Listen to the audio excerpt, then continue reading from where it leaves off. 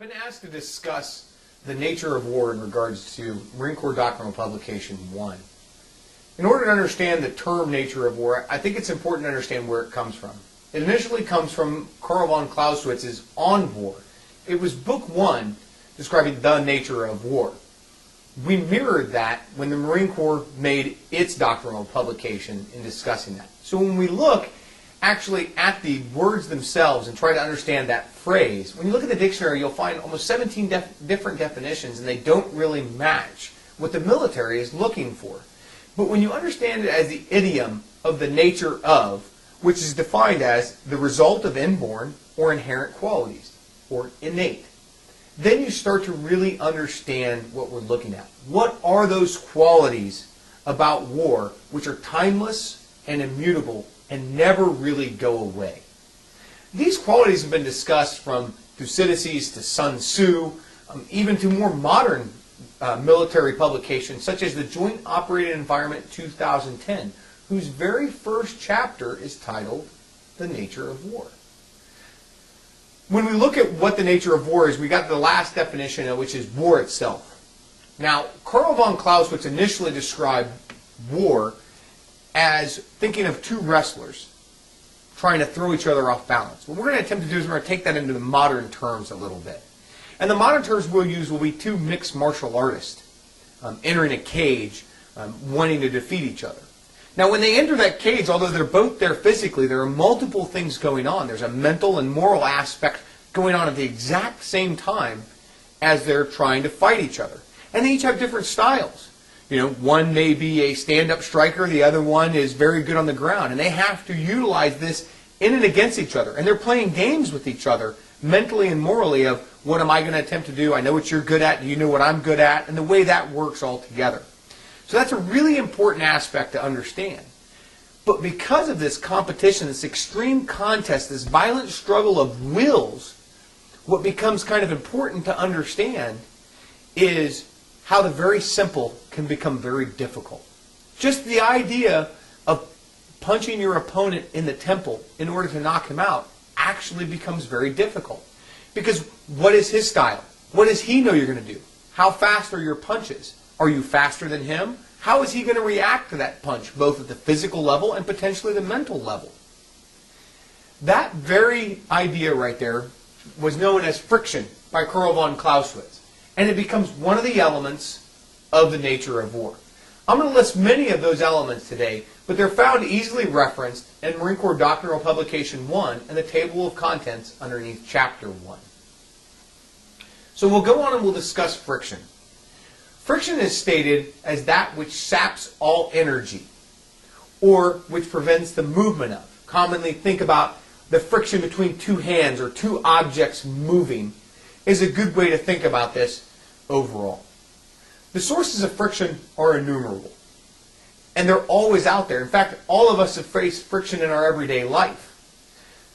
In war, they're magnified. And really, the only thing that helps someone understand friction is to have had faced it. So the only way you can get good at it is by facing friction every day and accepting it. And accepting is one of the key points of friction that a warfighter truly has to understand. Because once he accepts that friction, it helps him with all the other aspects of the nature of war. The next one we'll talk about will be uncertainty. Uncertainty is just as it sounds. It's that element in war that is based on the concept of you're never going to know everything that's going on. Collectively, this is known as the fog of war, because all information in war is either incomplete, inaccurate, or sometimes contradictory of each other. So this fog prevents you from really knowing what's going on. But it's actually more complicated than just that. There's a concept of nonlinearity inside of uncertainty.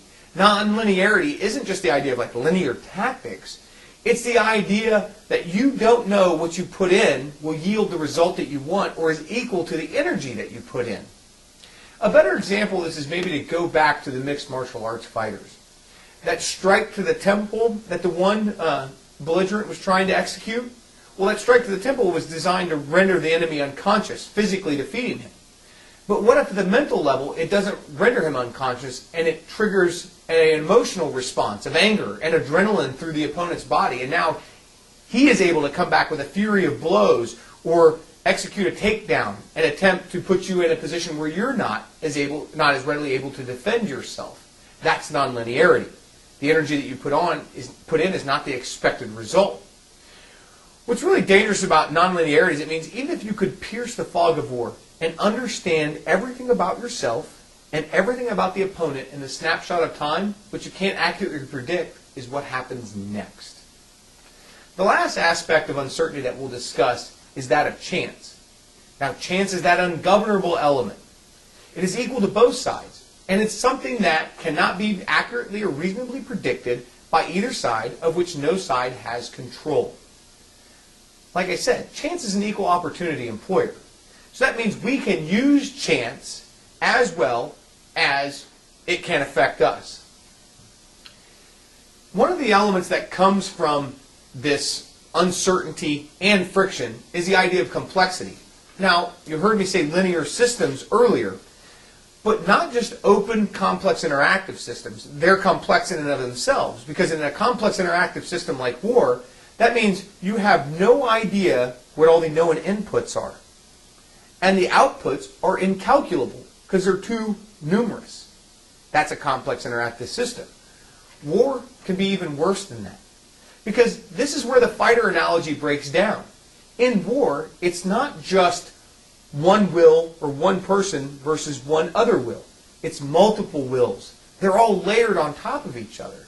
These wills go from the statesmen or the constituents who determine the strategic objectives of the war down to the person who's actually executing it themselves. And the thing about wills is that they are independent, they can be inspired, they can be influenced, they can even be annihilated.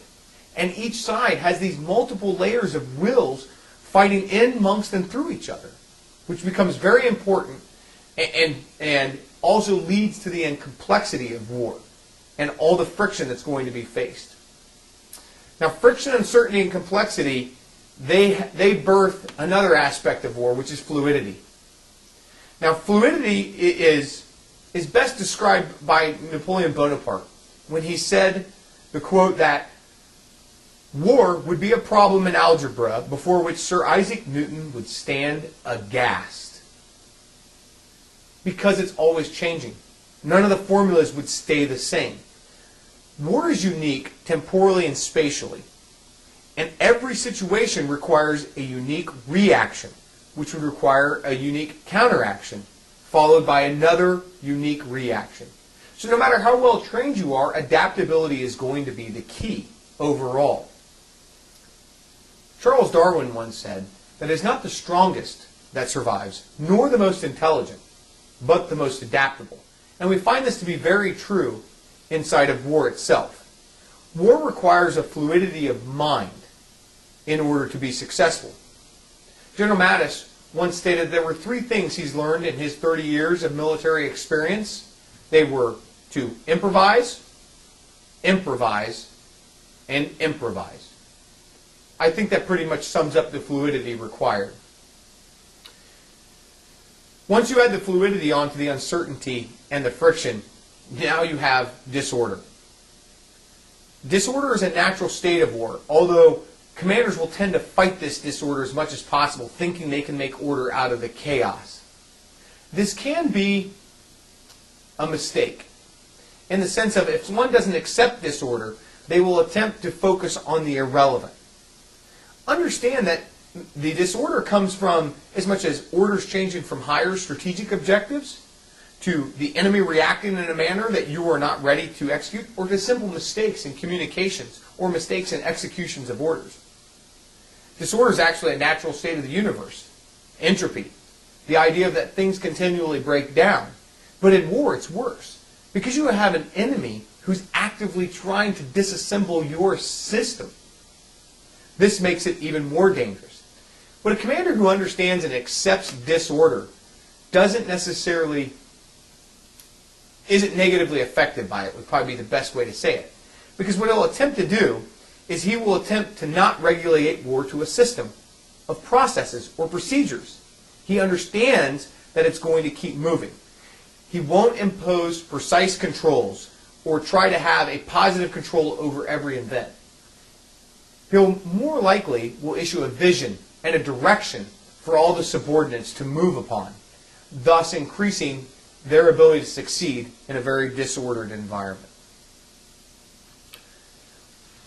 All of these elements that I mentioned may come across initially as overwhelming and negative of how can somebody operate in this environment.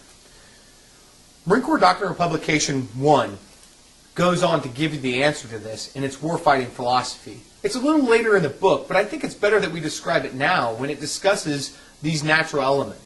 Page 80, second paragraph, fifth sentence. We must therefore be prepared to cope, even better, to thrive in an environment of chaos, uncertainty, constant change, and friction. If we can come to terms with those conditions, and thereby limit their debilitating effects, we can use them as a weapon against a foe who does not cope well. So you see, Marine Corps Doctrinal Publication 1 sees the nature of war as something that can be as an opportunity for us to succeed as well as hinder us. And it becomes important for the commander and the warfighter to understand.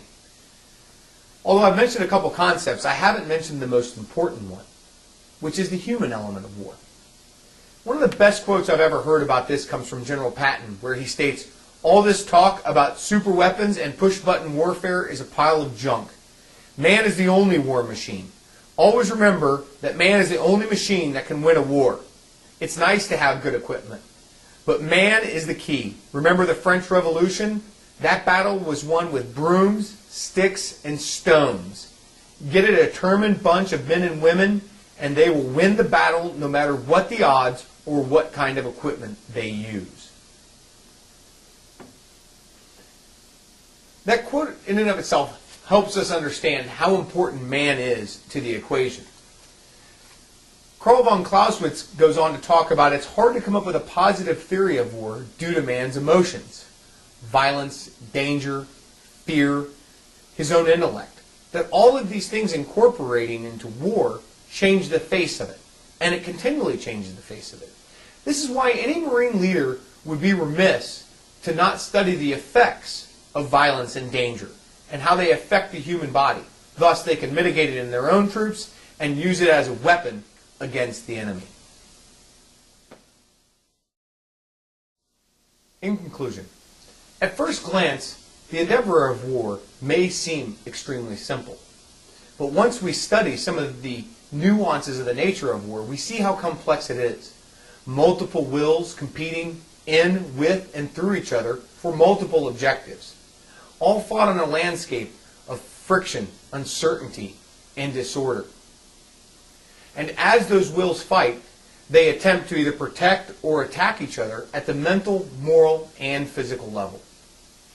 Only with a common understanding of the nature of war can a Marine truly understand our warfighting philosophy covered later in Marine Corps Doctrinal Publication 1.